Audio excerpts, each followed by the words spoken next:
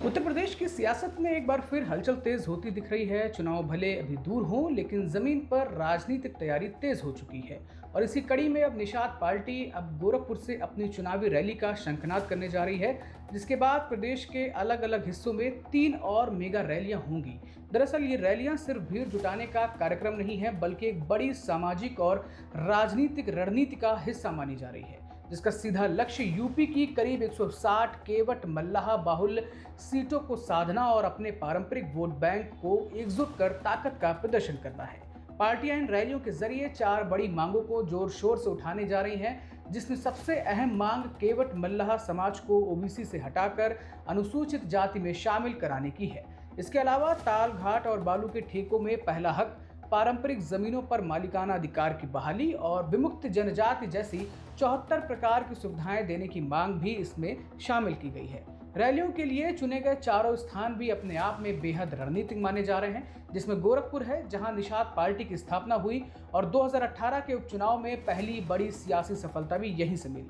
दूसरा है प्रयागराज का श्रृंगेरपुर, जो निषाद राज और आस्था का बड़ा केंद्र माना जाता है और गंगा यमुना बेल्ट में इस समाज की मजबूत पकड़ को भी दर्शाता है। तीसरा वाराणसी, जो प्रधानमंत्री नरेंद्र मोदी का संसदीय क्षेत्र है और जहां की रैली का संदेश राष्ट्रीय स्तर तक जाएगा। और चौथा है मेरठ, जो पश्चिमी यूपी और एनसीआर बेल्ट में कश्यप समाज की मजबूत मौजूदगी के चलते पार्टी के विस्तार के लिए अहम माना जा रहा है। अब अगर बात करें सबसे बड़े मुद्दे पर, तो केवट मल्लाह समाज को ओबीसी से एससी में शामिल कराना इतना आसान नहीं है, क्योंकि इसके लिए संवैधानिक प्रक्रिया के तहत केंद्र सरकार, सामाजिक न्याय मंत्रालय और राष्ट्रपति की मंजूरी तक की जरूरत होती है।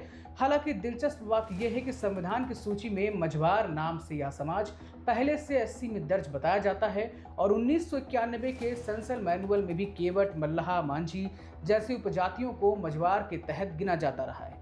ऐसे में 2022 में खुद सीएम योगी आदित्यनाथ ने भारत के महापंजीयक को पत्र लिखकर इस स्थिति को स्पष्ट करने की मांग भी की थी, जिसके जवाब में बताया गया था कि सेंसस रिकॉर्ड में यह समुदाय एससी श्रेणी में दर्ज रहा है। ऐसे में पार्टी अब जातिगत जनगणना को भी एक बड़ा हथियार मानकर चल रही है और अपने समाज के लोगों से यह अपील भी कर रही है कि वे अपनी जाति यानी कि मझवार के रूप में दर्ज कराएं, और ताकि भविष्य में दावे को मजबूत किया जा सके। और अगर राजनीतिक प्रभाव की बात की जाए तो उत्तर प्रदेश में निषाद समाज करीब 4.5% का वोट बैंक रखता है, लेकिन इसकी विभिन्न उपजातियां जोड़ दी जाए तो यह आंकड़ा करीब 8 से 9% तक पहुंच सकता है।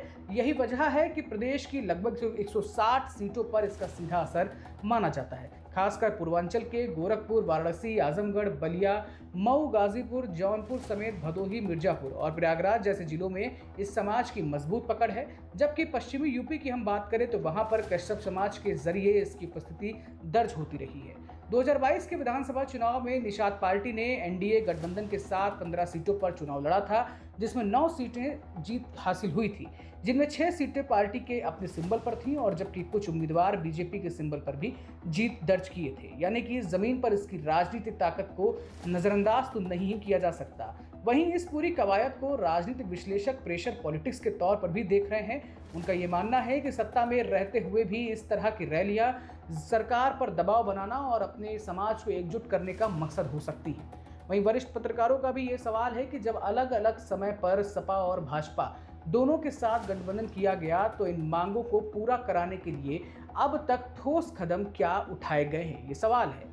कुल मिलाकर निषाद पार्टी अब चुनाव से पहले अपनी जमीन मजबूत करने में जुट गई है और इन रैलियों के जरिए न सिर्फ अपनी ताकत दिखाना चाहती है, बल्कि आने वाले समय में राजनीतिक सौदेबाजी की स्थिति भी मजबूत करना चाहती है। अब देखना दिलचस्प होगा कि क्या ये रैलियां वाकई निषाद समाज को एकजुट कर पाती हैं, क्या ओबीसी से एससी में शामिल कराने की ये मांग जमीन पर हकीकत बन पाती है, या फिर यह सिर्फ चुनावी रणनीति तक सीमित रह जाती है। और सबसे बड़ा सवाल यही है कि क्या 2027 के चुनाव में 160 सीटों का यह गणित उत्तर प्रदेश की सत्ता का पूरा खेल बदल पाएगा। आपको क्या लगता है, हमें कमेंट बॉक्स में जरूर बताइएगा। देखते रहिए तमाम खबरों के लिए अनादि टीवी यूपी। शुक्रिया।